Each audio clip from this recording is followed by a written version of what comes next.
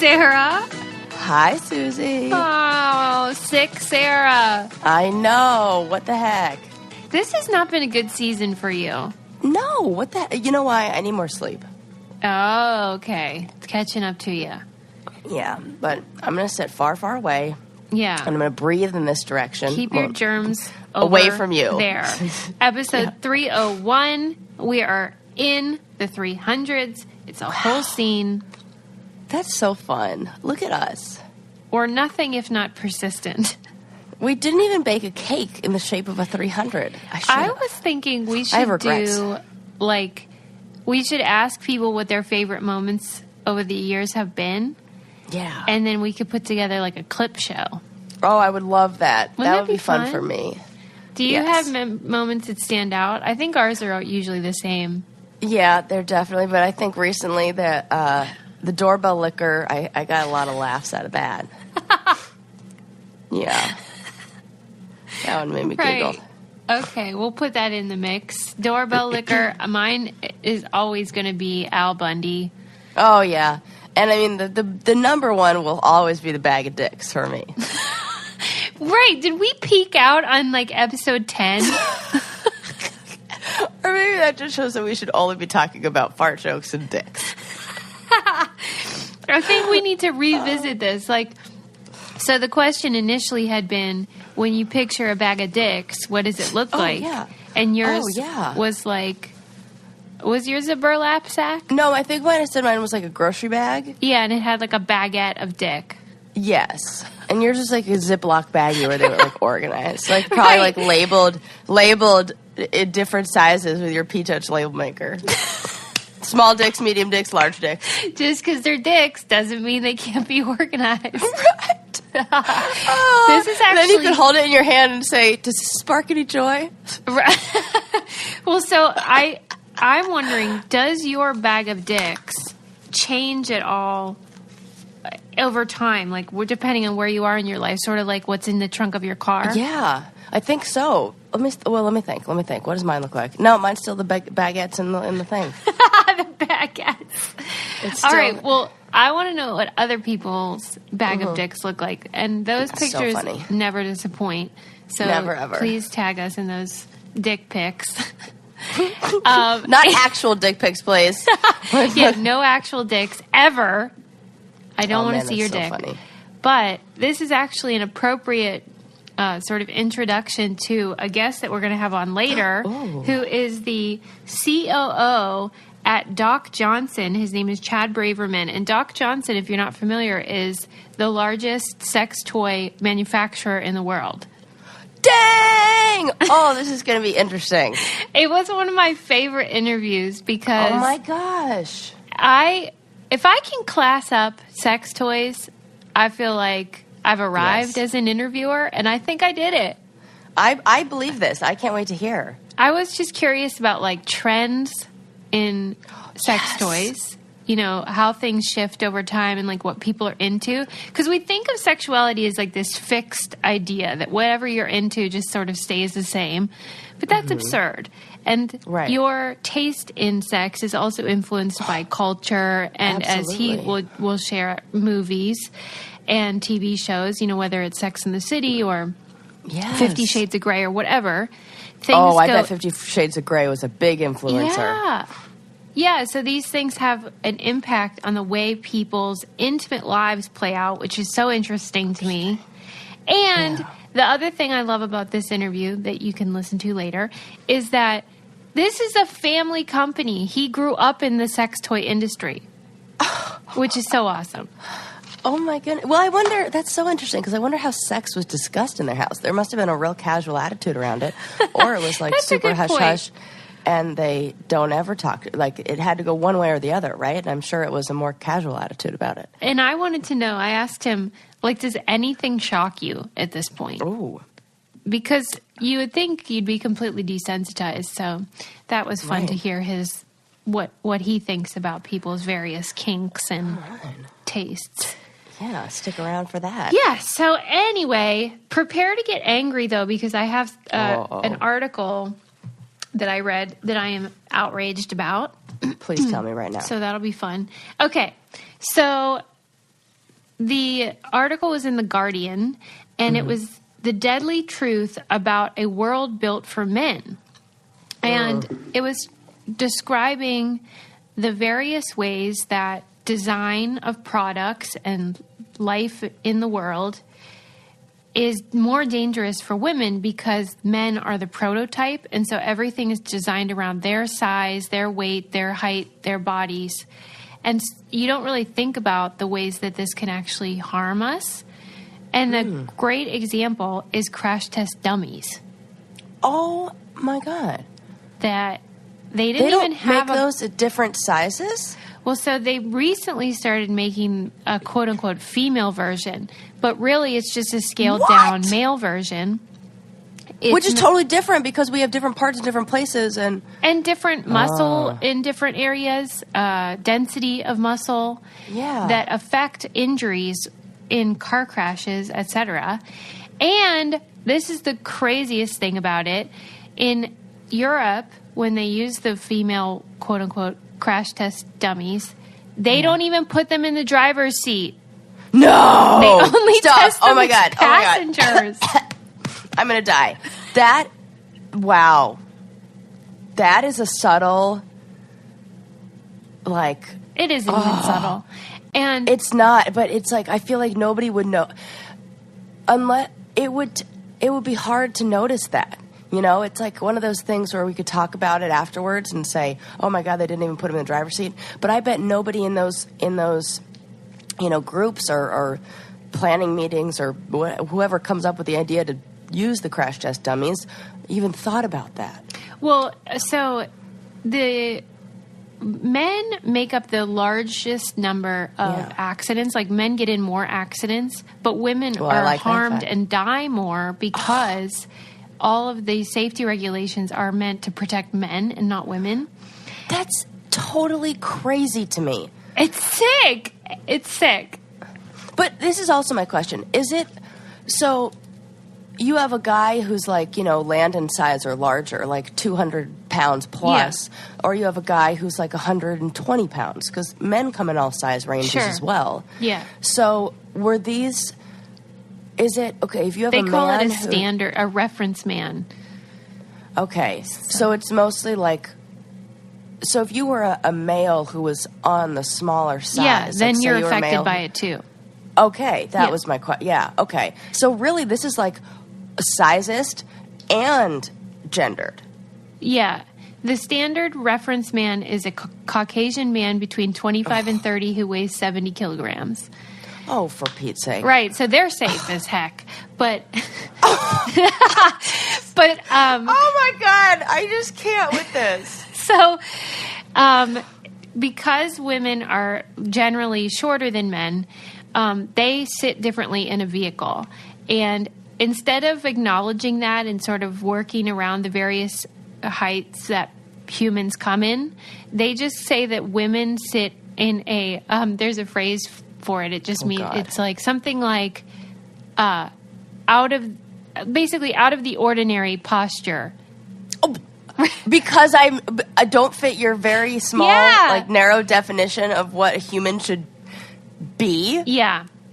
Okay. What? Yeah. I love that they just put a title to it. A name to it. They're oh, no, that's not just what, they just sit weird. Yeah, you're wrong, basically. We're wrong for just being how we are in cars. Okay. And so that's just one example. And I'm going to put this article in the newsletter because there were so many examples that I ran out of room on my piece of paper. But here are some other ones.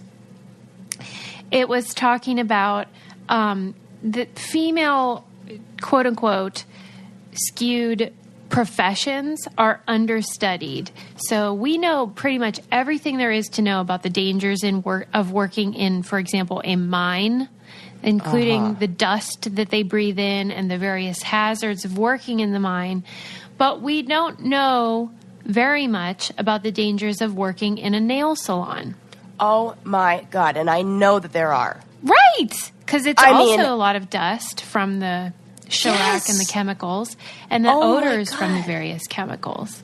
I know, of course. That I mean, when I was pregnant, I had to wear a mask in there because the smells were so strong. Yeah. And I know anything that makes you feel like you're going to die when you're pregnant is probably your body going, rant, rant, rant, toxic, get out of here. One thing that you should do when you're pregnant, but also when you're not, is take vitamins to Yes. keep you healthy and safe, unlike these examples we're looking at now. And the best way to do that is Ritual vitamins. I can't emphasize this enough. I was one of those people who was like, I basically can't take vitamins because they make me sick, they stink, they make my stomach upset. But Ritual solved the problem for me because they smell like mint, they taste like mint, and they're time released. So you don't get that sick feeling if you haven't eaten enough or whatever, and you don't get that gross, fishy aftertaste. And so for me, this is like a game changer because I can actually take vitamins. But they're also vegan friendly, sugar free, non-GMO, all that good stuff. And you subscribe and they come right to your house. But it's easy if you want to start it, stop it, like snooze it if you forgot a few days and you don't want your new ones to come yet. It's only $1 a day to have all the essential nutrients your body needs delivered every month, no strings attached. And better health doesn't happen overnight. So help fill the gaps in your diet with Essential for Women, a small step that helps support a healthy foundation for your body. Visit ritual.com/braincandy to start your ritual today. That's ritual.com/braincandy. Okay. Another example, and I mean, obviously the nail salon thing is such a good point because we know that that's a dangerous job, but we don't think of it in the same way that you think about going into a mine. The construction equipment is designed for men. Of course, that's a stereotypically male field, but there's a lot of women in that industry, and they tend to get things with injuries to their forearm and their wrist because all the equipment is designed for a big hand. And you know what? The thing that pops into my mind are chainsaws. I don't know why, but I'm like, oh my God, those things seem like they're like you have to be the body weight to machine like ratio and how it sits on your body or where it sits on your hip or however, I don't know how you use a chainsaw, but I feel like things like that where it's like it's not even designed at like a smaller scale where somebody that's such who a is good smaller. point because it was saying, for example, a bag of cement, you could easily make them in smaller bags and that way women would be able to carry them more easily and men could still carry them. It wouldn't negatively affect men. That's actually real smart just to prevent workplace injuries to begin with. Across the board. Why wouldn't you lighten everybody's load instead of saying, because I've even seen applications for jobs that say you have to be able to lift over 50 pounds like easily. Well, why don't you just make it 30 pounds and then you can hire more people? They don't want to do that. That's inconvenient. God, that would be dumb. Is so inconvenient. And even like they were saying the size of bricks, men can do it with one hand, women generally can't. But you think, okay, well, that's a male-dominated field. Probably part of the reason is because of these things. But a thing that's also like this that isn't related to being masculine is the smartphone. That men can easily use it one-handed and women cannot. I agree with this. And they're like, they said to the writer, well, don't worry, they won't get any bigger because if they were, then men couldn't do it with one hand. But then you think, well, okay, well, women could use the voice-activated feature if they can't use both hands. Well, voice-activated technology is also scaled to lower decibels. And my God. Right? The whole world is out to get us. Jesus. Jesus. But like health trackers, like they have one on your Apple Watch, right? Yeah. But they called it a comprehensive health tracker, but they forgot one thing. Oh, what? A period tracker. Oh, yeah. Like, if men got periods, that thing would my God. Equipped with a period tracker. Absolutely. So these are things There's we a can bunch of stuff. Right. I mean, like, this just brings back the bath. I have not stopped thinking about the bathroom thing. What about the bathroom? We were talking a couple weeks ago about the bathroom designs and how, like, male and female bath. And now I can't go to the bathroom without thinking about this. So now it's like I'm going to pick up every single object and be like, is this designed for a man? Patriarchy. God. Well, and that I felt like I didn't do that story justice because I was kind of fumbling, but the parody was supposed to be the square footage of the bathrooms, but what I was trying to get across was that the amount of space that it takes for women's stalls is so much more than the amount it takes for a urinal. Yeah. So that's why whatever, you get it. Yeah. Yeah, it seems like when product design, when anything, also this makes me think about left-handed and right-handed project stuff. Because did I tell you about my experience calling talk on here about my experience calling a guitar center for a ukulele? No, what happened? Oh, for Pete's sake. So I've been like trying to find this like left-handed ukulele, and so I call and I order one online, and it like is not actually left-handed. It's like, well, you have to flip all this stuff and you have to do all this stuff. So I'm like, well, fuck that. I'll send it back. So I call Guitar Center and I'm like, hey, I'm just looking for somebody who can answer some questions about ukuleles being like as nice as I could possibly be. And this guy goes, I'm like, hey, sir, do you know anything about left-handed ukuleles, or do you sell any? And he's like, no, we don't sell any of those. I'm like, well, do you have any of the ones that, like, so rude. Like, clearly this guy was having a bad day.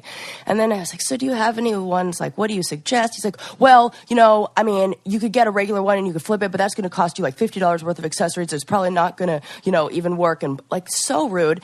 And I was like, man, what the heck is a left-handed person supposed to do? And then this guy in his snarkiest tone was like, well, the majority of the population is not left-handed. Right. So the majority of our customer base is also not left-handed. So we don't carry those products. And I was like, Jesus Christ almighty. Okay, dude. And so it just made me start thinking about all the other things. And then this guy was like, the majority of the population. So I was talking to Landon, and he's like, what do you think the percentage of the population that is left-handed is? And I guessed, what do you think it is, Suze? I would have guessed like 10, 15%. That was my guess, 15%. It's actually 7 to 10%. And I don't know if that was like global where people are forced to be left-handed, but I feel like I see more left-handed people than that. I forget the word for that bias that you're describing, but they talk about it with racial minorities too. The people over guess the number there are because when you see them, it's more memorable. So your brain thinks there's more of them than there are. And I'm left-handed, so I always spot the lefty. But I feel like in every classroom I go work in, that there's always a left-handed, at least one or two. So it shows me that, like, I thought it would be like 20% or something like that. Mm-hmm. But, it made me think about all that stuff. So then I was looking up left-handed stuff online, and there were all these articles about surgeons and left-handed doctors.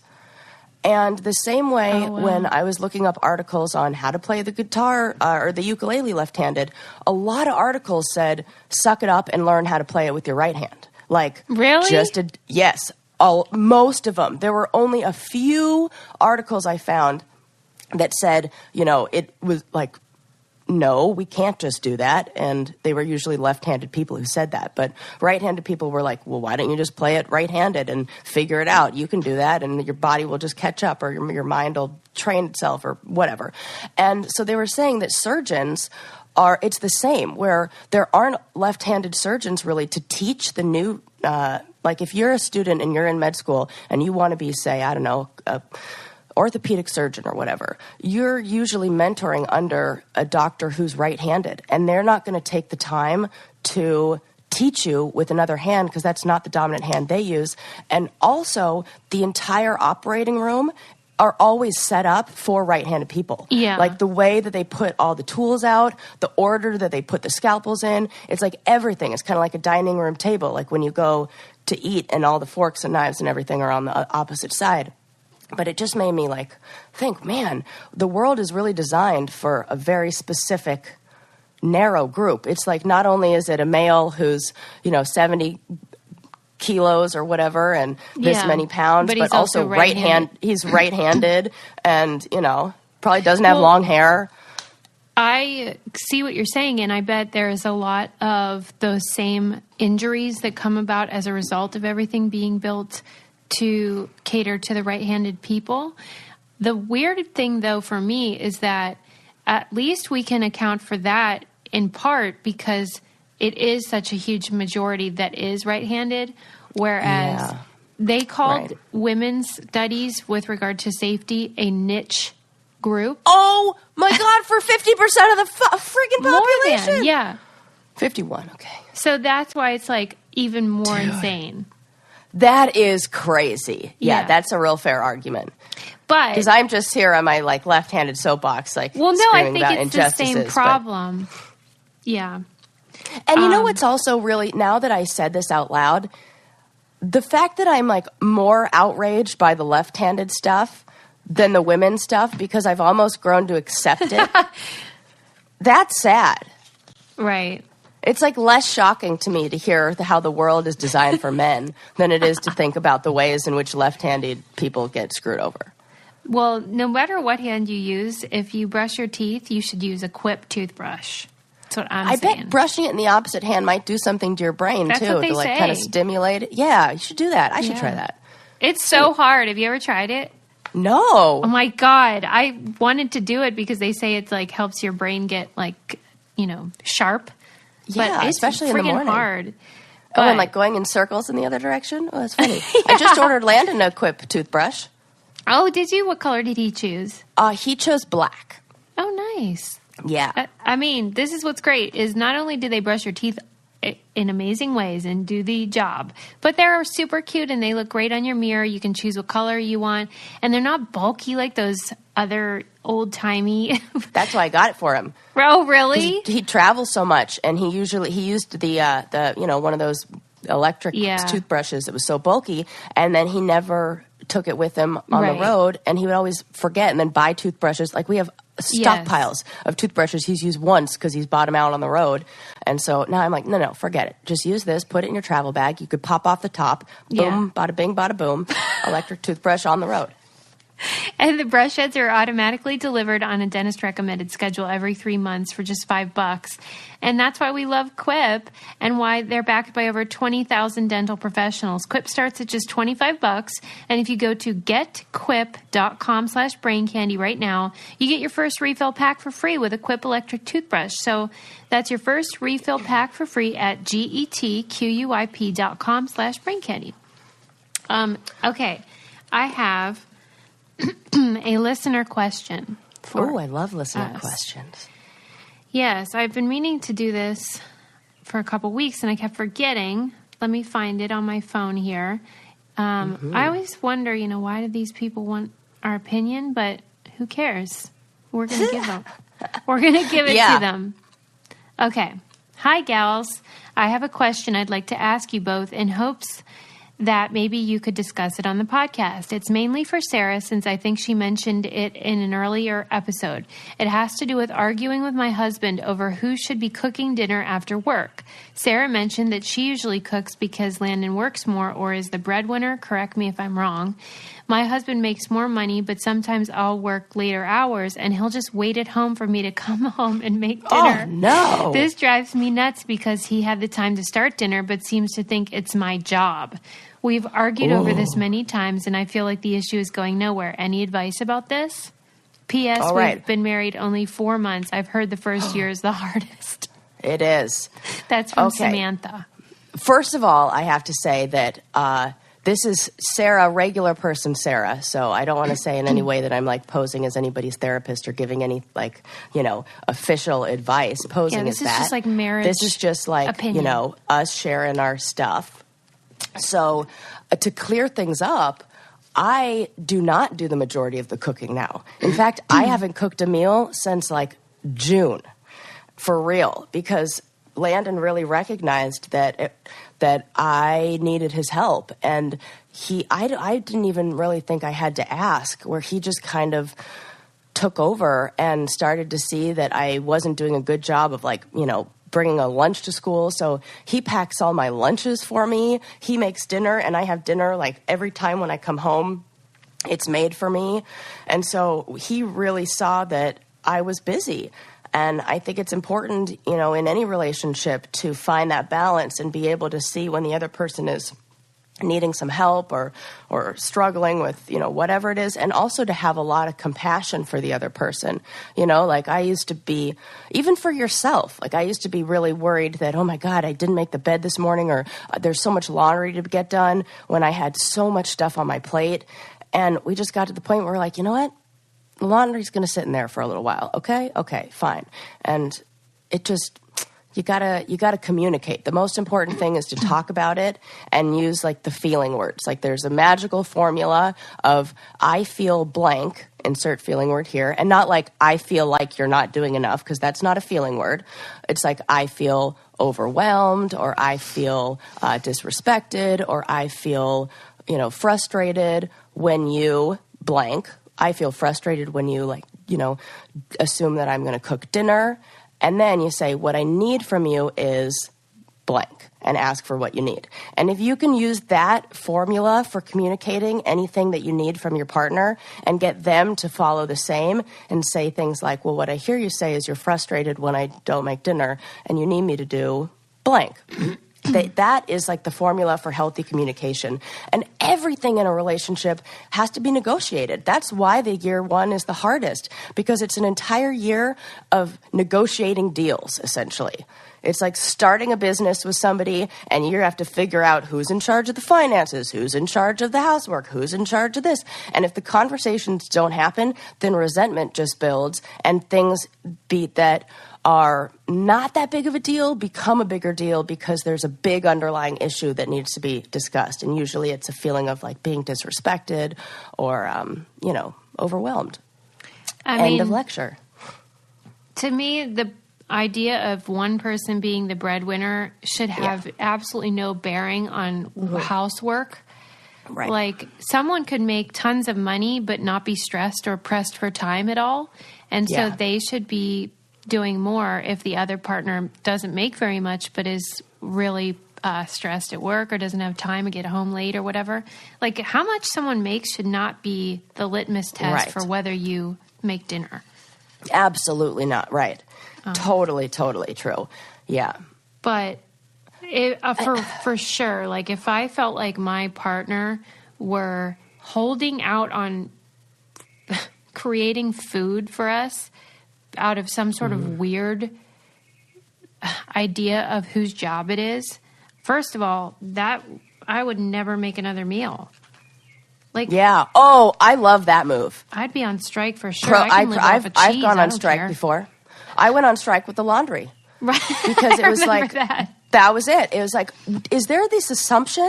And, and my husband traveled so much. See, this is the difference between the healthy communication and the unhealthy way to do it. So this is just my story. So Landon is on the road all the time, traveling a whole bunch, and he really gets used to living in hotels where he takes off his clothes and throws them on the floor. And usually, the housekeeper will come in, or the person who cleans the room will come in and clean it up and, put it on the chair for him. Well, I am not that person, and that's not my job. So I was just like done with all the clothes getting thrown on the floor.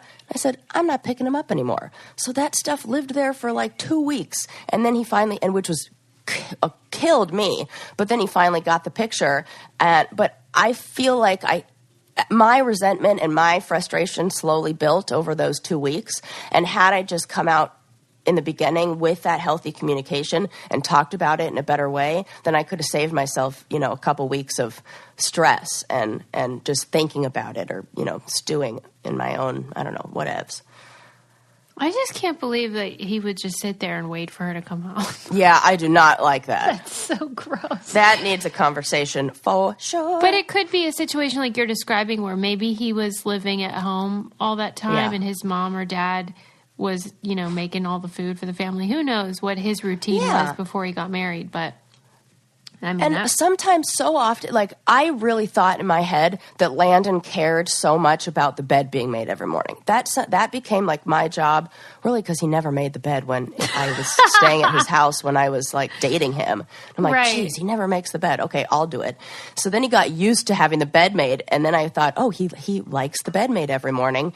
And then when I was, in a rush and I didn't do it, I would have this just insane guilt of like, oh my God, I didn't make the bed. He's going to like come upstairs and judge me for it.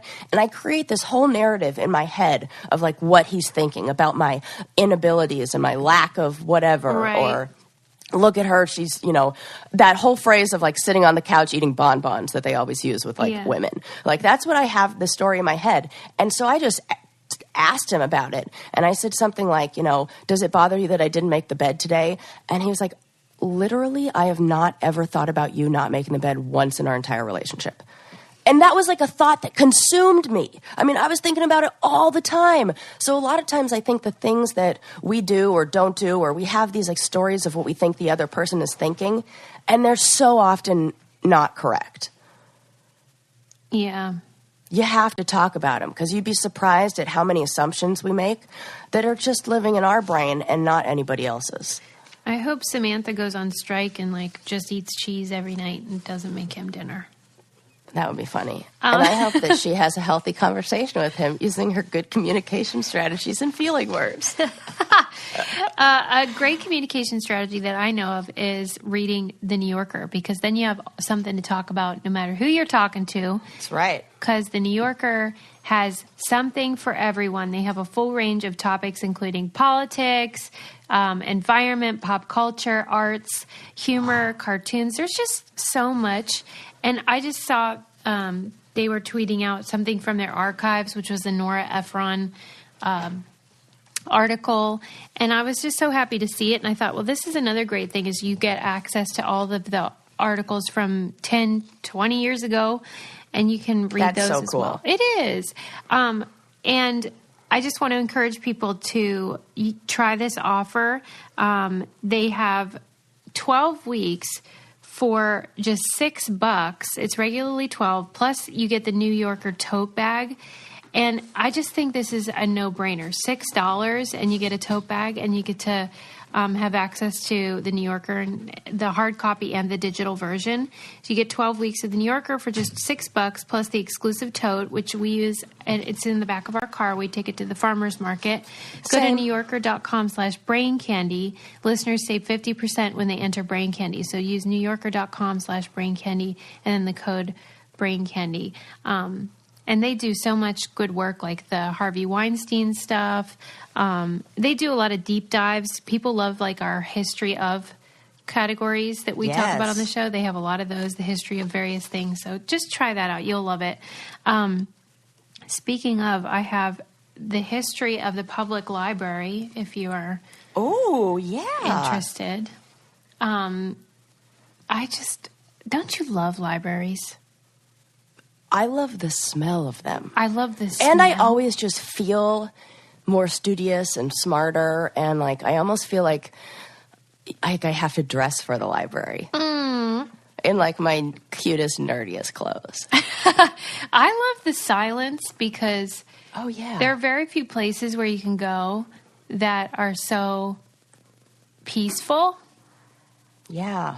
I don't know. It just excites me when I go. It's like my happy place, I guess.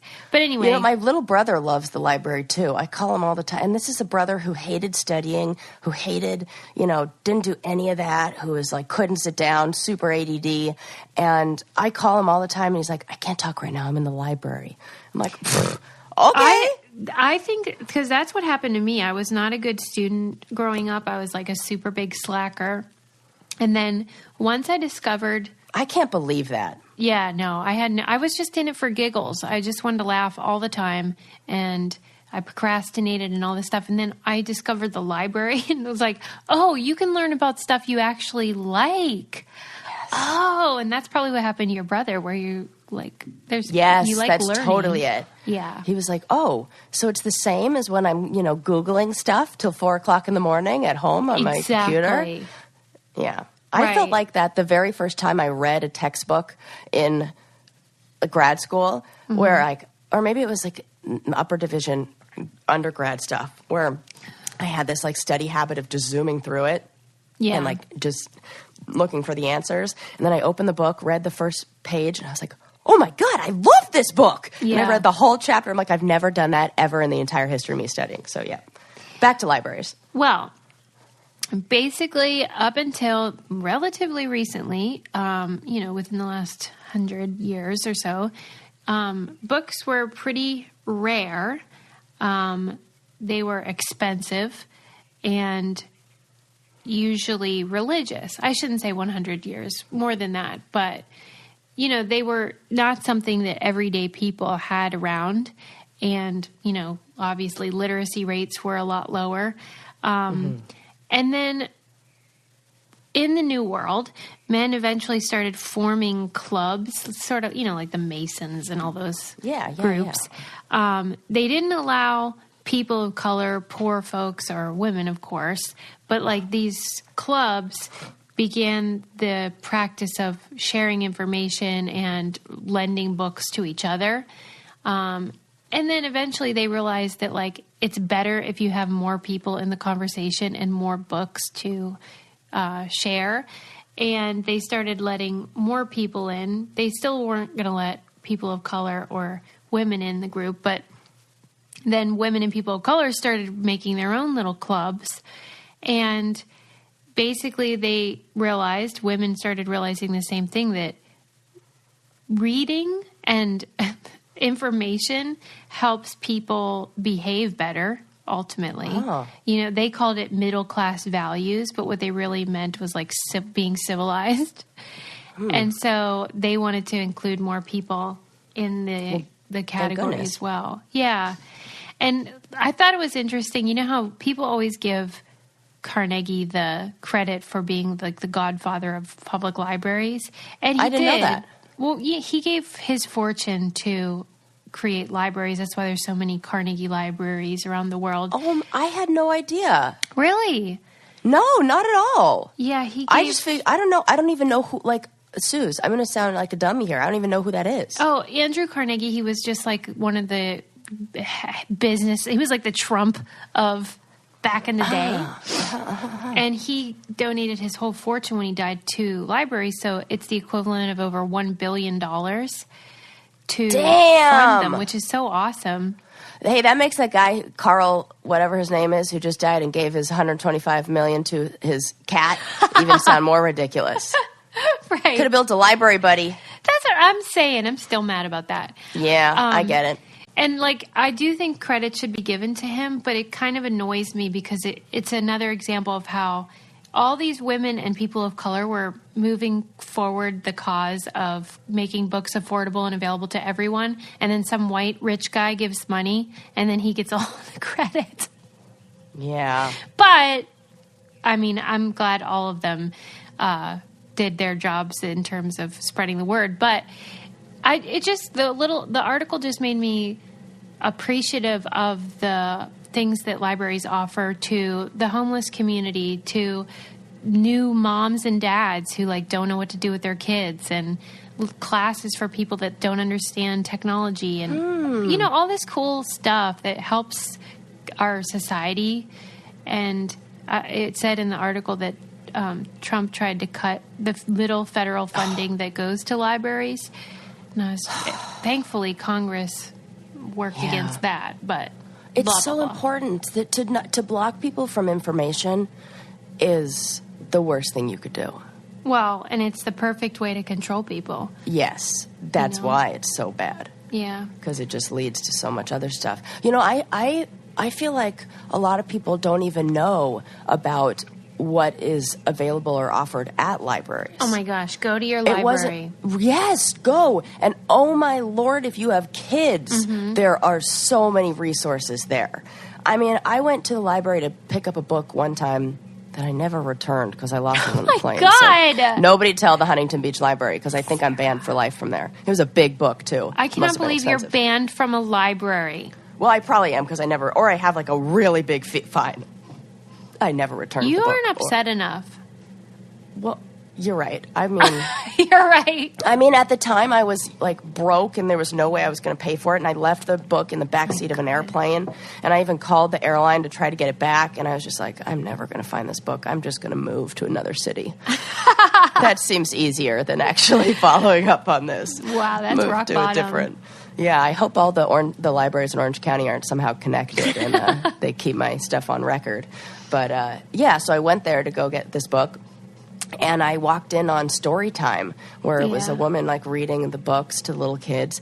And I had no idea that they did stuff like that. And after I had been a nanny, I was like, man, I would have used this. I would have come here, listen to the stories and have them entertain so some much. kids for They a have while. crafts as well for the kids. Yeah. Oh, hello. I love that. Yeah, and I just am so grateful. And you know how we talked before about how the opioid epidemic has made it so that libraries are on the front lines of dealing with overdose problems and addiction, because a lot of the people that utilize the library, have that problem. And they have to keep I forget what the name of the thing is, that it's like if you OD, they give it to you to reverse it. Yeah. Narcan, something like that. Yeah, you're on the right track. Yeah. I mean, these are librarians that have to learn how to administer an antidote. That's right. It's crazy because what that's they do. where people are doing it. Yeah. So they're doing God's work. Now, what the hell is the name of that? I have a Fentanyl huge boner for librarians, of all kinds. Yeah. Narcan. I don't know. Oh my God, Anyways, it's killing you. That's so... Yeah, it is. What else? But that's so crazy that they have to do that. Another or even crazy worry thing about that. is how high so many people's interest rates are, Sarah. That is insane.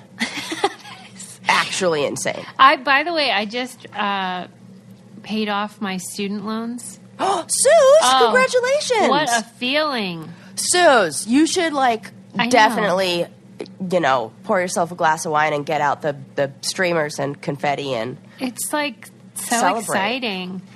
But I know that feeling of your interest rate's too high. And actually, my interest rate on my student loans was higher than I thought. And that happens to a lot of people. So yeah. And usually it's credit card debt, and you can have an APR over 18%. It's crazy. And so Lightstream is such a great option if you want to refinance your high-interest credit card balances and save with a credit card consolidation loan. You can get a rate as low as 6.14% APR with auto pay.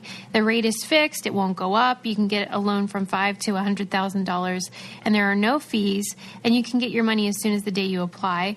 If you want to save even more, our listeners get an additional interest rate discount. The only way to get the discount is to go to lightstream.com/braincandy, lightstream.com/braincandy. Subject to credit approval. Rate includes a 0.50 auto pay discount. Terms and conditions apply, and offers are subject to change without notice. Visit lightstream.com/braincandy for more information. All right. So speaking of student loans and all that stuff, Yeah. I just watched the other night that great show on Netflix, Patriot Act, with Hassan Minhaj. Mm-hmm. And he did the whole show was about student loans. Oh, wow. And the problem with them. Dude. What'd you learn? Is messed up. So one thing that they tell us, there were a few takeaways that I felt like were really important to share. So one thing that I learned was, especially in a field like mine where there are a lot of jobs in public service and what are they called?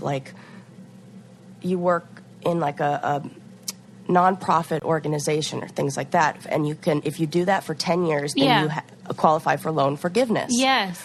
So I have a bunch of friends who have been doing that, and people who were in the program who went right into working in these jobs. Well, one girl that was sharing her story, this is not on the show. This was in my own personal life that she was telling me about this. And then it all kind of came together, and I understood why when I watched the show. So she had worked the 10 years, qualified, did everything she needed to do, submitted the application for the loan forgiveness. There were 30,000 people who submitted an application for this loan forgiveness thing. Of those, only, I think it was something like 20% were actually accepted, and everybody else's were denied. Oh, my God. It was everybody, they just got denied. They just said, oh, we're only accepting this very, very small percentage. So even though they all qualified, they only accepted, it was something like 23% of all the applicants, maybe even less than all the applicants. Nobody got this. And it was they didn't, nobody knew why. They couldn't figure it out. It's like everybody's getting screwed. Yeah. And they also use this crazy trick. I can't remember what the word is. It starts with a D, but you call up the place, like Sally Mae or whatever. Deferment. And yeah, they put you in deferment, and when they do that, it tacks on higher interest rates at the end. Mm-hmm. But they don't even give you the other options. And they say that, and the person on the phone sounds so confident, like, "Oh yeah, this is the best thing for you. You should just do that." And so I had called my own, student loan place, Navient or whatever, because the school hadn't processed my financial aid fast enough. So because they didn't process it and didn't get me started on the next semester, it sent me into the period where they're like, now you have to start paying. So I called and I'm like, there's a problem with my school processing this. And they're like, oh, no worries. We'll just put you in deferment. Would you like that? And nobody explained to me what that was. Nobody did anything. And I was like, do you think that's the best option? And she was like, yes, that's definitely it. So they did that. And as soon as I watched the show, I was like, holy shit. Am I still in that? Did they even figure this out? Nobody called me, nobody followed up. I very well could be tacking on a whole bunch of interest that I don't even know about. And it's like nobody tells you. We are getting screwed. It is bad. So do your homework on that stuff. It's really disgusting. I think everybody just needs, if you have student loans, you have to watch that show, because I can't even begin to explain to you on here. I'm not even doing a good job now because I'm just getting so flustered and overwhelmed with it even as I talk about it, thinking about oh my God, do I need to call them right now? Well, a lot of isn't it the case that a lot of the people that got denied that forgiveness, it was due to very small clerical errors and things like that? Yeah. Yeah. Nobody got it. It was so messed up. It feels the system is rigged in a lot of ways, and and the people that get hurt are the people that are most vulnerable in the first place. It's depressing. It's really, really sad. Oh my God! So it's don't even freaking bother to do that. Is that show meant to be funny, or is it all serious? Yeah, it's both. It's both. It's real serious, but also real funny. And he even talks about. So here's the actual number.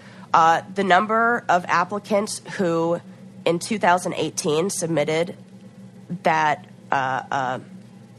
loan forgiveness, 49,699 of all the applications that finally made it through. Some were denied for missing information. 11,000 were denied for missing information.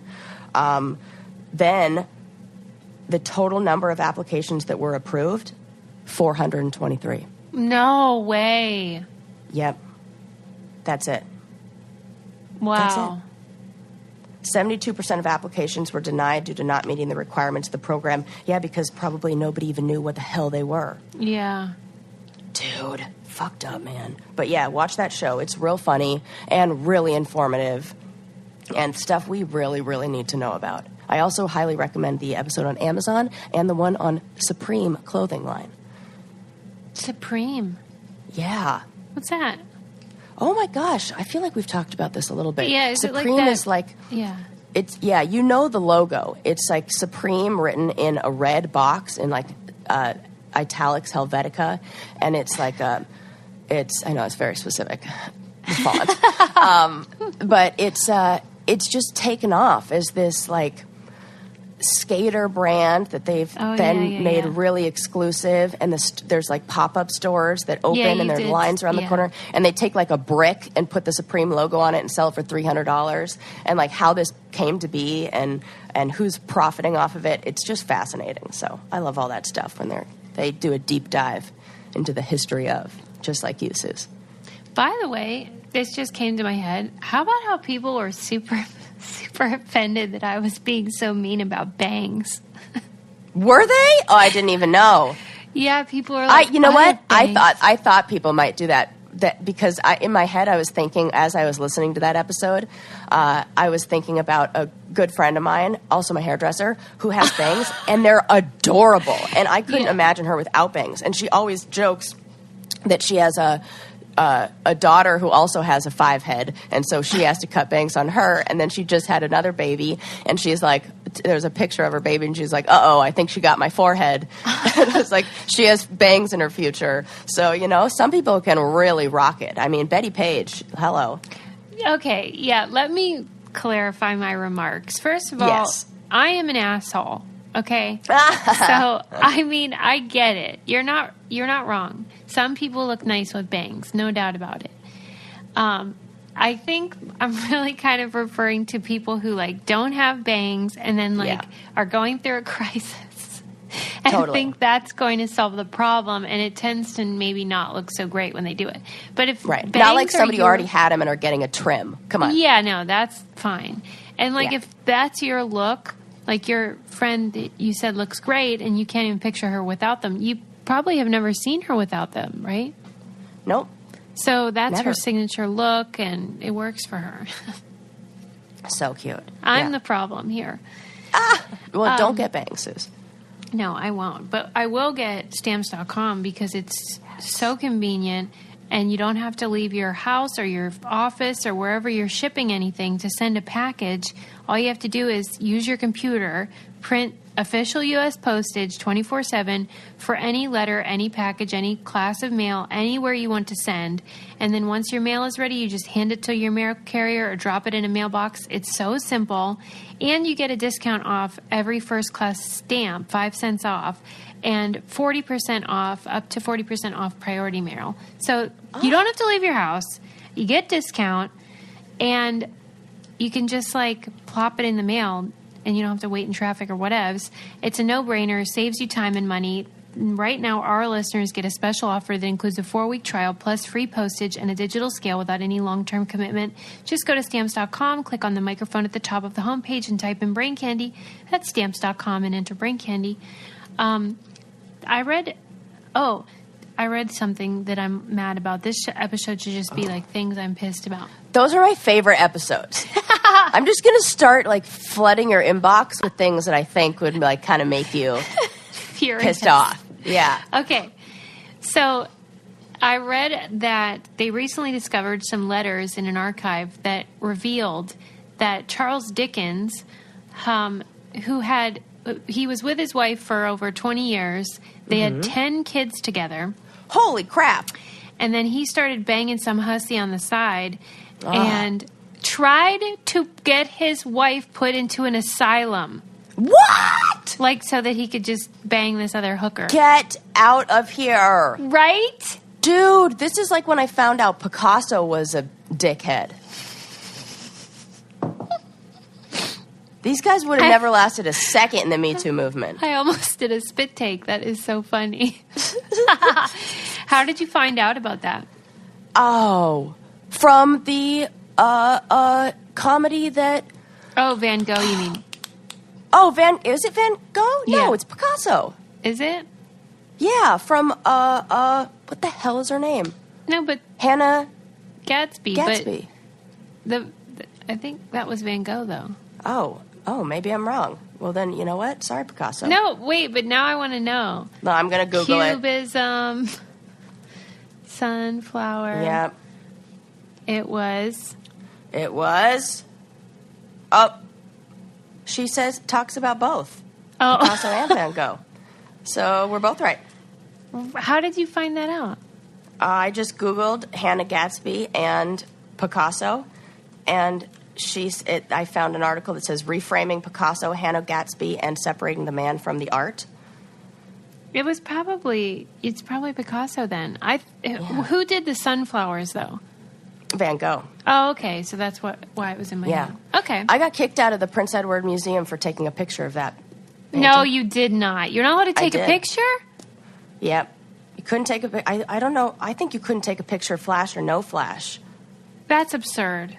Yeah, but I got the picture, and it's my favorite Van Gogh, painting. Hold on a minute. In this episode, we've learned that Sarah is banned from a library and got kicked out of a museum. Oh my God! What is for somebody who's a wrong with rule you? follower? I have a bad track record in these. And you claim you're a rule follower. I know. That is a lie. Clearly. That is so funny. Oh, Sue is really putting it in perspective for me. And it's like I'm breaking rules in like the literary and art world, which are two places I highly respect. But like they kind of would love that secretly because you're allowed to break those rules. Oh, you know what? You're right. They would. Picasso would be, or Van Gogh would be like, yeah, you take that picture. That thing about Charles Dickens, though, is gross for obvious reasons, but also because he was obsessed with his image, and he had a bonfire in his backyard and burnt all of his letters and stuff so people wouldn't know. But then they found like somebody else had saved the letters he wrote to them, so that's how we found out. But like, how gross is that guy? He's a narcissist. Right. Like big time. And the thing is, at that time in history, it was real easy to get people, especially your wife, committed, and they still wouldn't take her. They were like, no, she's all right. Oh my God, thank God. That doesn't happen often. Right. He must clearly have been an asshole, and she was clearly not insane. So I know absolutely like nothing about history and anything. So like I'm learning that I have a very specific like field of knowledge, and anything else I don't know anything about, like geography or famous people from time, eras of the past. Okay. Charles Dickens, was he famous while he was alive? Like, was he writing and he had notoriety and esteem and all this stuff while he was living? Okay, so that's even more interesting, that this man who had power, who was in a position where, his word was, taken and put into print and read and all this stuff. Yeah, he's a public figure. Public figure, thank you. Exactly the word I was looking for. And they still wouldn't take her. Right. That means that they really recognized he was a dickhead.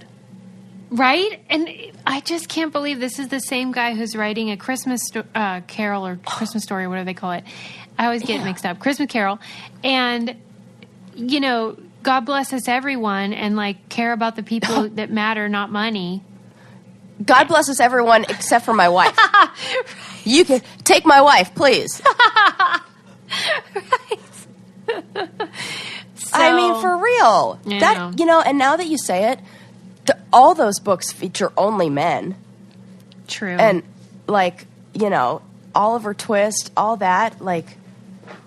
See? And did he even care about kids? And, like, he almost seemed like a disconnect between, like, the kids and the parents, too. Huh. Maybe there's we're reading a bunch too of much stuff into to it. explore there. No, I'm going to read a lot into it. Oh, I love that. Yeah. Let's introduce our guest, though, because this is such a fun interview with Chad Braverman, COO at Doc Johnson.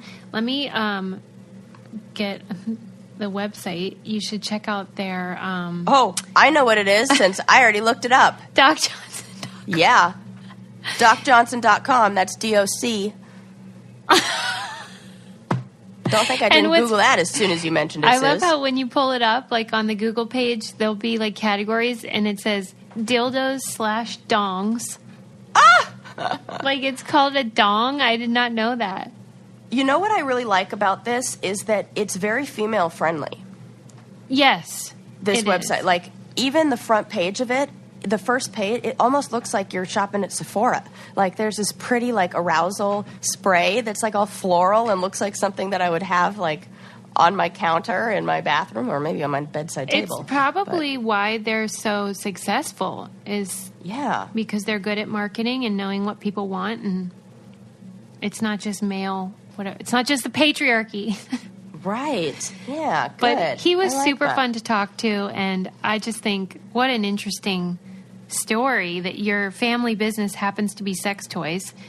I can't wait. He makes such a good point that it's just like any other industry. You just want to make the best product that you can and make people happy. And he's making people happy. He's doing the Lord's work. Oh, yeah. Amen. We'll see you guys next time. Don't forget to subscribe. And please welcome to the show, Chad Braverman. All right. We are good to go. Thank you so much for coming on the show. I have a lot of questions for you. My pleasure. Okay, so first of all, give me the scoop on Doc Johnson and what you do there. All right, the scoop on Doc Johnson. So, I mean, simply put, we're the largest manufacturer of sex toys in the country.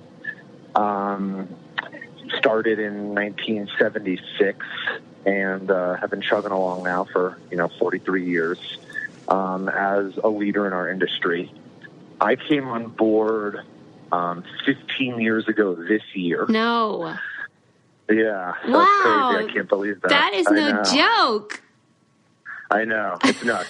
I also worked there like every summer, like in high school. What? I mean, even going into high school, I worked there every summer starting on like the transition between 8th and 9th grade. No, you did not. And then every summer I worked in a different position. So I worked in shipping, I worked in production, I worked in packaging, I worked in our lab. You didn't. For sure, yeah. My dad said, you don't have to work for me, but you have to work. Oh my God, so how cool is that? I felt like it was easier to work for him than someone I didn't know. You said it. Yeah. So, 15 years this year. And I've done a lot of things. I mean, I started in the purchasing department, took over that department to kind of streamline it a little bit. It was a little bit in disarray at the time, and kind of moved from there into more of the creative, which was like product development. Did product development for a long time, and then, now have sort of settled into chief operating officer as well as chief creative officer. Oh my God. So I imagine, because this is sort of, part of your identity, that you might forget how unusual your life is, but this is crazy to most people to hear this information. So did you have a sense for growing up like this is unusual? Yeah, I mean, I definitely think I did. I mean, I understood it. You're right. I mean, when you're wearing the shoes, it's kind of hard to take a step outside of that. But I mean, I definitely realized. Sorry, you know what? I'm going to move areas here. Sure, no I did problem. not realize how busy of an area I was going to be in. I definitely realized that it wasn't normal because I never met anybody else that did it. Right, right. I never ran into somebody who said, "Oh, what do you do for work?" And then I would tell them, and then they'd be like, "Oh, that's what my friend does." Yeah, same. So I think that was kind of like, oh yeah, you know what? This is pretty abnormal in a way. I mean, obviously I know everybody in our industry. Right. And they all do this, but I mean, to have a family company, and that's what your dad does, and like that's where what your family business has been, what your dad has made a career out of. I mean, I definitely get it. Like, I definitely understand that it's not average. Yeah. Also, when I tell people what I do or what my family does, even when I was younger, I realized very quickly that it became like the topic of conversation. Yeah. It's great for parlor talk. Yeah. It's a real novelty. I get that. Yeah, I mean, it's not your normal run of the mill. Like, I'm like, oh, my dad's, a lawyer or, whatever. And then just kind of everyone moves on with the conversation. When I tell them what I do, they're like, want to talk about it forever. Right. Well, what I love about it, though, is that although it's unusual, I'm sure in many ways it's just like any other family-run business. I mean, you guys just try to do the best work that you can and create products that people want to buy. I mean, there's a lot of similarities with any business. So there's that, too. I mean, we always say that. Like, at the end of the day, what we do is fun and it's exciting and it's interesting, but it's business. I mean, it adheres to the exact same rules as any other business. If we don't make product that people want to buy, we just won't be in business any longer. How do you think this became the family business? What's the sort of legend of why this happened in the first place for you guys? Well, I mean, really, because I guess it's kind of as simple as just me deciding that that's what I wanted to do for work. I mean, my dad started the company in 1976. Yeah, why did he start it? Why did he start the business in the first place? He had been in the industry for a while, just kind of, and that was like kind of just the luck of the draw that this is the industry that he got into.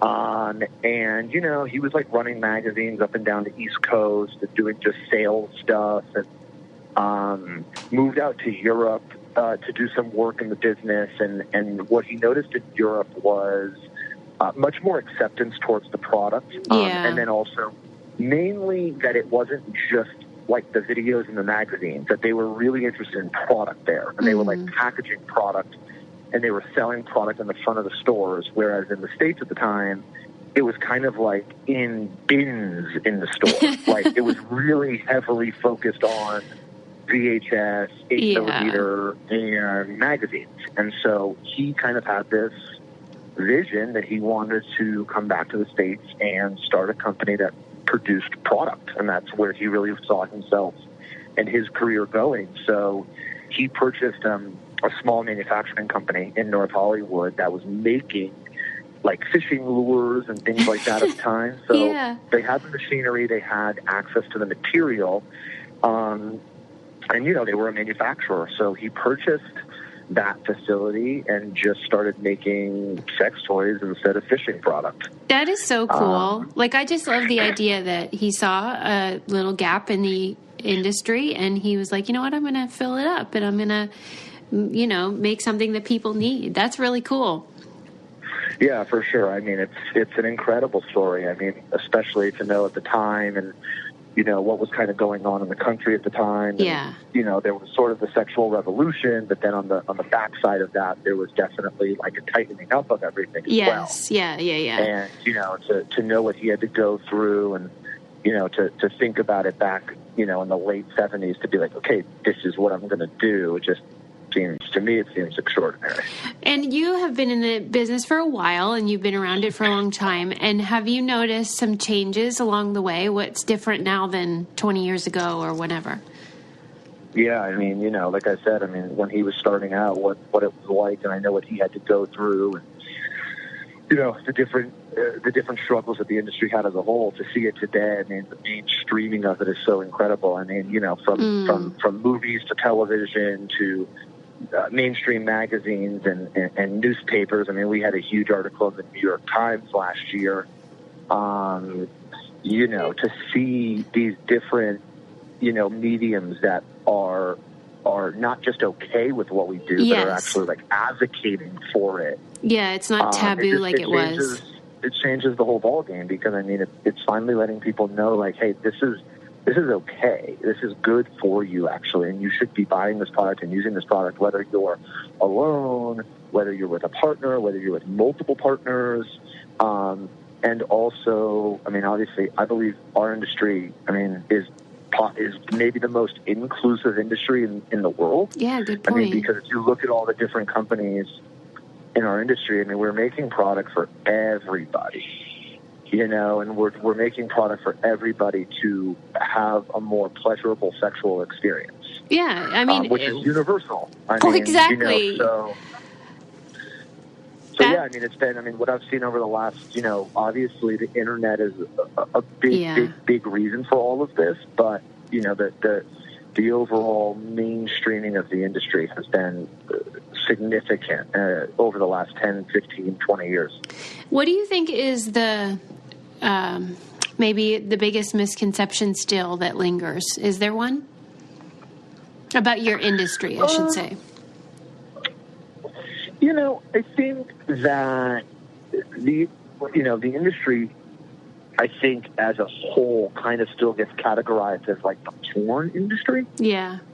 And, you know, I don't like to categorize the video industry as the porn industry, but, you know, the truth is they couldn't be more separate, like the video side of our industry and the product side of our industry. I mean, they don't even mix in any way, shape, or form, really. So I think the people that are making, like, you know, sex toys, pleasure products, adult toy, whatever you want to call them, I mean, I know, like, when I was growing up, part of the reason why, like, my dad, my family didn't really tell me what they did or was not very public about it was because they did not want me to be, you know, stigmatized by, like, other parents or whatever it may be, because it was, like, this idea that, like, Ron was this porn guy, you know, and the truth is he couldn't be, you know, further from that. Right. So I would think that, you know, that would probably be what I would say, is just that, like, the whole industry is, like, the porn industry. Yeah, they just put sex into one big category instead of... Into one big category, you know, and it's, you know, and again, like I said, our side of the industry, I mean, the strides that we're making, the product that people are producing in our industry, not just Doc Johnson. I mean, I'm very big proponent of the industry as a whole. Yeah. You know, obviously I'm biased towards my company, and I'll talk about Doc Johnson all day and why I think we're the best, but I see what other people are doing in our industry, and, like, I applaud it, because I think if Doc Johnson has opened so many doors for this industry and for companies that exist today to actually exist. But when another company opens up a door, like, I'm just as grateful for that company having opened up that door, because once a door is open, the whole industry is allowed to sort of come through. Yeah, I'm a big believer in a rising tide floats all boats, and there's room for everybody. But I see here that a lot of people agree that you guys are the best. You guys have all these awards, and I'm wondering, what in the heck do you think it is that makes... Like, how do you win an award? What are the criteria for example, like Sex Toy of the Year or whatever it is? You know, I think it's just being, sometimes it's just simple, you know, you got to make good products, you know, design good product and, you know, look for, either a segment of the market that is strong, that you feel needs to, continue to have product developed for it because it's a big enough segment, or looking for gaps in the market and saying, like, okay, here's an area that is not being targeted. And, you know, here's an area where we feel like people in the industry maybe are, like, short-sighting it. And so we, as a larger company, have the ability to produce product in all these different segments of the industry. And we're not pigeonholed at all. You know, we are a very large company. You know, we kind of make product for every category, genre, you know, of the industry. And so when Doc Johnson decides to sort of, like, sit down and focus on, you know, this segment or that segment, it's not like we're stepping outside of our comfort zone. Yeah. So it allows us to be very fluid in what we do. And it's great for, especially on the creative side of it, you know, with my product development team and whatnot. It's kind of like, okay, here's the playing field, and you have all of it to play with. How fun is that?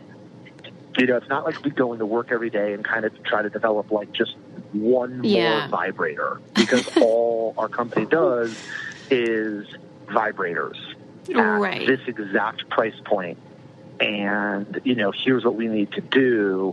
And it's kind of like that daily routine of the same. Yeah. But we are like, you know, you have, where do you want to go? You know, the sky's the limit. The sky's the limit. And that makes it, in a way, of course, there's always two sides to every coin. There's sometimes where that makes it like, you know, they say if you give yourself too much rope, you can hang yourself with it. Right. You know, you want to make sure that, like, you stay focused, but at the same time, you have a lot of things to play with and a lot of different places that you can bring the company within a year.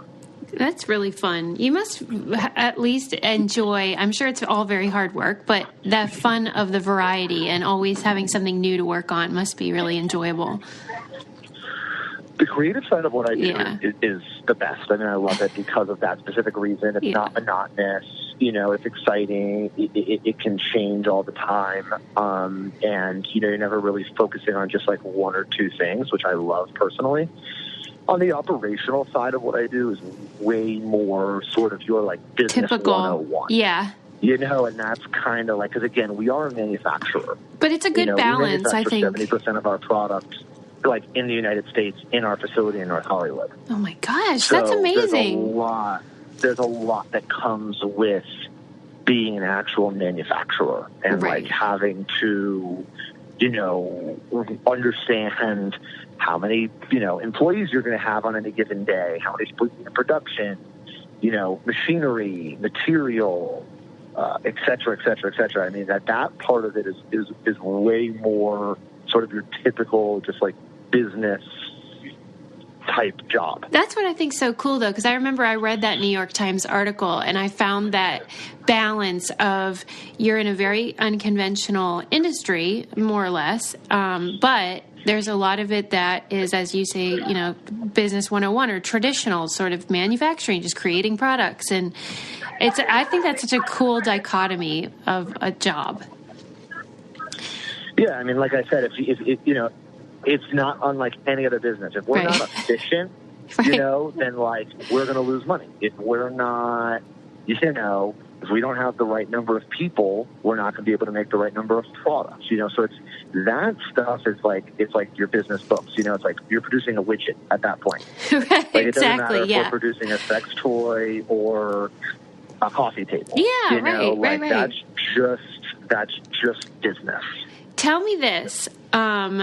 I would love to know what you have noticed recently in the last few years in terms of trends. What determines the trend?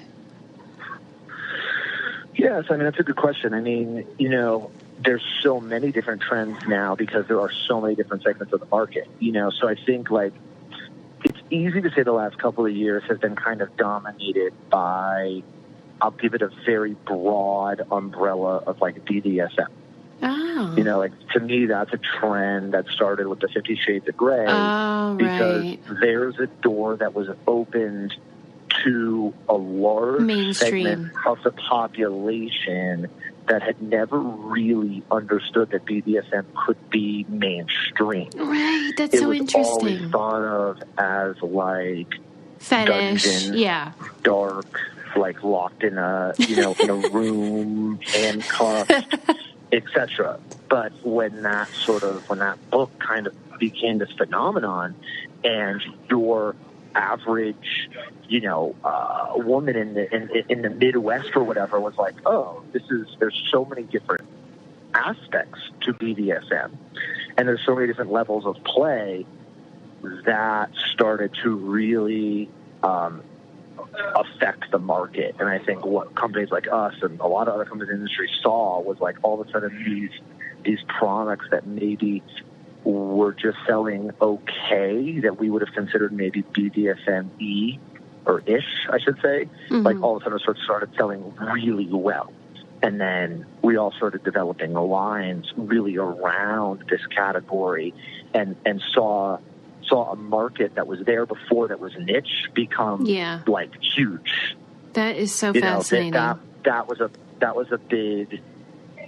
been a big trend, One of the things that we've seen also, it's been around forever, but like the anal market has trended upwards over the last few years. Oh, why do you think? And, I think it's like just the last of the taboos. You're starting to break down some of these things where, again, magazines, TV, movies are starting to say, like, hey, you know what? Anal play or anal exploration is actually fun and interesting, and it doesn't have to be scary, and here's how to do it. And now all of a sudden you have, a woman reading Cosmopolitan or whatever being like, so, okay, you know what? I used to never think that I would do this, but this actually sounds interesting, and here's an interesting take on it. And now it's like, you know what, let me go out and buy a small butt plug, and then from there, maybe they do like it. So it's like, okay, well, now they're now part of this market. And so as more and more people come to a market, the other thing we've seen is a lot of straight men being more okay with like prostate massage and stuff like that. Yeah.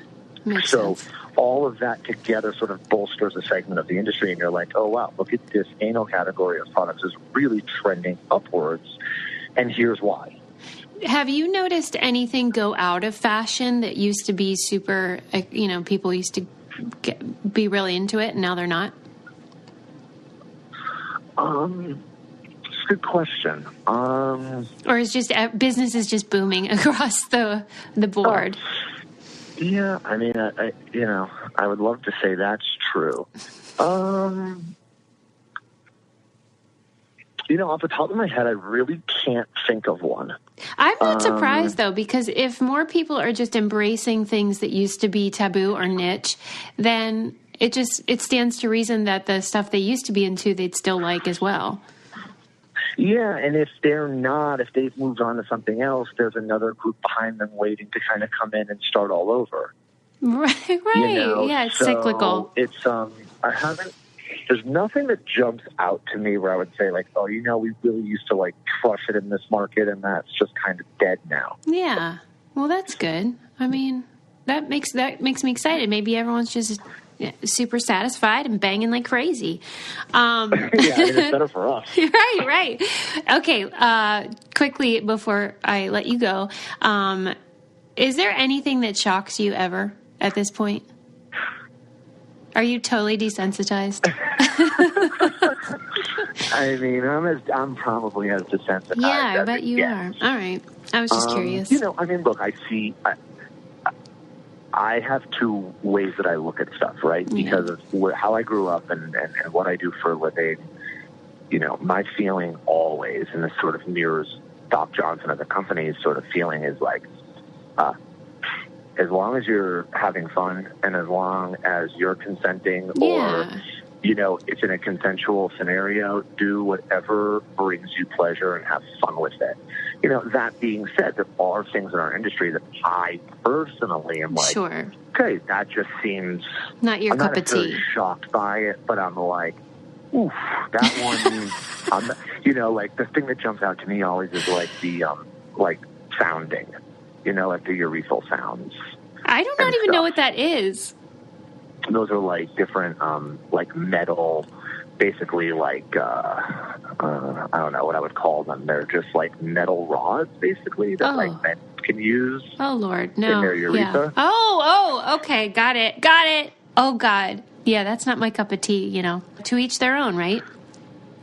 Yeah, and that's what it is, you know. I mean, that's almost everything in our industry. I could be like, okay, I could see, you know, doing this or using that or whatever. I get the concept of it. Yeah, so there's nothing that shocks me. It's just stuff that maybe I'm just like, oof, I don't know if I could do that. Okay, my last question is something we ask everybody on the show, which is, what do you keep in the trunk of your car? What do I keep in the trunk of my dog? Oh, your dog. Oh, do you have like a SUV? Yeah, I have an SUV. And, the third row, I literally bought my car for my dog. It has a third row that I put down flat, and then he has a big blanket back there. That is so cute. He comes with me every day. So, yeah, I have a 96-pound German Shepherd in the trunk of my car. Oh, my God. That's like a horse. That's crazy. Oh, that's a good answer. But one time when I wasn't driving that particular car, I did have a blow-up doll that was blown up that was in the trunk of my car for like a week. That's hilarious. On accident. And I was at like a valet. No. And I was bringing her home for like a joke, but like it just ended up in the trunk of my car like longer than it should have been. Oh my God. And it was like a traditional like sedan, so like it was like a real trunk. And I was at valet at a restaurant, and like he went to give me my keys, and I accidentally popped the trunk. No. And like the foot of the blow-up doll came like out of the trunk. No. And I was just like, that's kind of like that's appropriate. That's yeah. Like this is like people are just standing around like, and I'm just like closing the trunk up. Nothing to see here. Nothing to see here. Yeah. So I love how you called it. Time. You referred to it as a she. I took her home. Like it's a real person, right? It was a female doll. Gosh, I love it. This trunk question always has. There's implications. It's always indicative of who you are, what's in your trunk. And I think the blow-up doll suits you.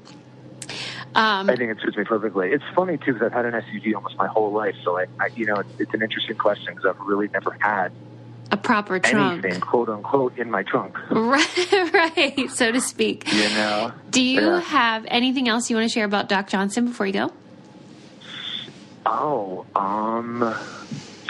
I don't know. I mean, the best thing I would say is like... Check you guys out. Come to our website. Check us out. I mean, we have product for everyone. And I mean... What's your best seller? Like I said before, so for us, again, because we're in so many categories, we always like to look at it as like bestseller, like in what category? Yeah. You know, like for vibrators, it's like the Pocket Rocket is like the quintessential like bestseller, and the Rabbit, our iPod Select Rabbit, and, you know, we make the Sasha Grey product, and that's like one of our best sellers. This item we have called Tryst, which is like a really amazing couples product, is one of our best sellers.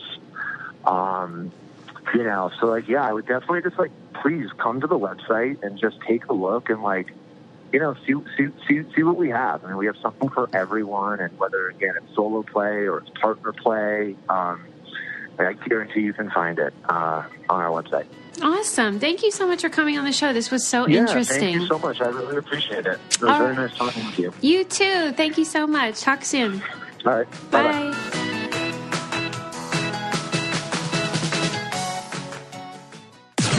This podcast is brought to you by Wave Podcast Network. Check out all of our shows, including the Brain Candy Podcast, I Don't Get It, Babes and Babies, Coffee Convos, and Let's Talk About It.